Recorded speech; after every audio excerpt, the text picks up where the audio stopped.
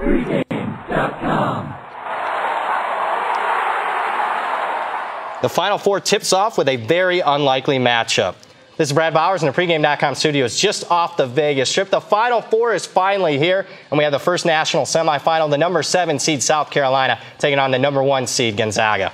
South Carolina, of all people, has been lighting up the scoreboard. Who do you like in this game? I don't like them to light up the scoreboard in this one. I'm taking the under. That's right. We're going with under 138.5 in this one. And what we have is a classic overreaction to the recent explosion as far as South Carolina's offense goes. They're averaging 10 more points per game in this NCAA tournament than what they were throughout the course of the first 32 games of the season. And let's be honest, the betting public was not following South Carolina basketball until the NCAA tournament. And what have they seen? They've seen South Carolina score 93 points against Marquette in the first round. In the second round, they saw South Carolina put up 65 points in the second half against Duke. That's the most points ever allowed by a Coach K Duke team.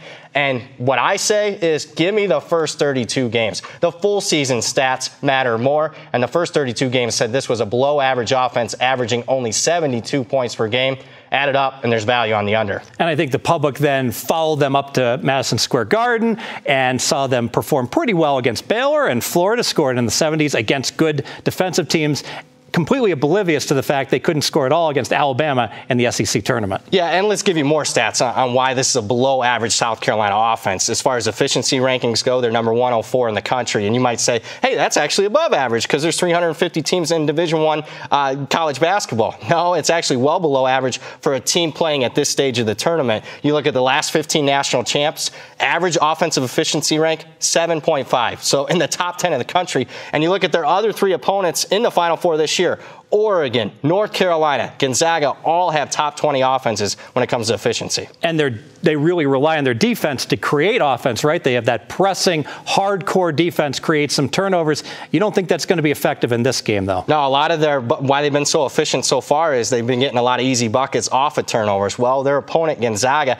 has the best assisted turnover ratio of any team they've faced so far in the NCAA tournament. And I like the fact that Gonzaga already has some experience facing a pressing, attacking style defense. They faced West Virginia in the Sweet 16 round, and I think they're going to be better prepared this time around. Absolutely. Your second key handicap. Second key handicap is I think we have a hidden factor here. When you think Gonzaga and South Carolina, you're not thinking great defense. But what we have here is actually elite defense. We have the top 2 defenses in the country as far as efficiency ratings go. Gonzaga is number 1. South Carolina is number 2. And I know RJ is going to say, well, Brad, isn't that reflected in the number? I don't think that's the case because this total is actually a couple of points higher than South Carolina's last couple of games. And let's talk about the venue for this location here, University of Phoenix Stadium, where the Arizona Cardinals play. I checked with our local guru, college basketball historian, Dave Malinsky, and he informs me in 2009 there were 3 NCAA tournament games here, but they put the basketball configuration in the end zone. Now they're going to put it right at midfield with the longer backdrops. Now, he thinks it's somewhat of an overrated factor, but there's no doubt there will be a slightly harder backdrop to shoot against, can only help our under. Yeah, and you look at these 2 teams as far as defensive 3-point field goal percentage, they're elite again.